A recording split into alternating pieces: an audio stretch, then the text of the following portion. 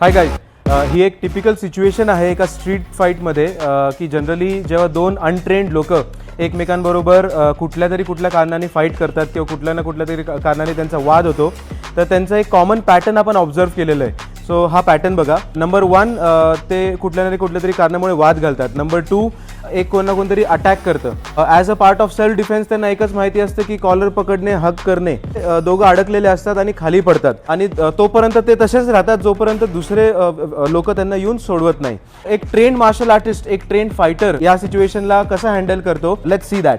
Trend fighter नेहमी आपल्या personal स्पेसला प्रोटेक्ट करून ठेवतो. एक trained martial artist will be the first person to say sorry in such situation.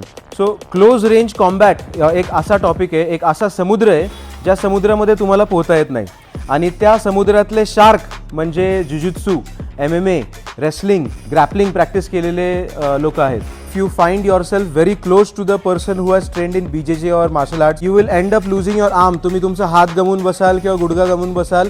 your joint will be dislocated or that person will end you up choking. रक्तपुरवठा ब्रेनकडे होत नाही and you will end up passing out. म्हणून next time जर का तुम्ही अशा सिच्युएशनमध्ये असाल की कोणी तुमच्या क्लोज रेंजमध्ये याचा प्रयत्न करतोय, तर don't just end up hugging the person and sleeping on the floor, but learn how to say good night. So every Tuesday and Wednesday आपल्या गनिमिकाव मिक्स मार्शल आर्ट्सवरती ब्राझिलियन जुजुत्सू अँड रेसलिंग ह्याचे sessions होतात. Comment BJJ and come for a free of cost trial session. Thank you.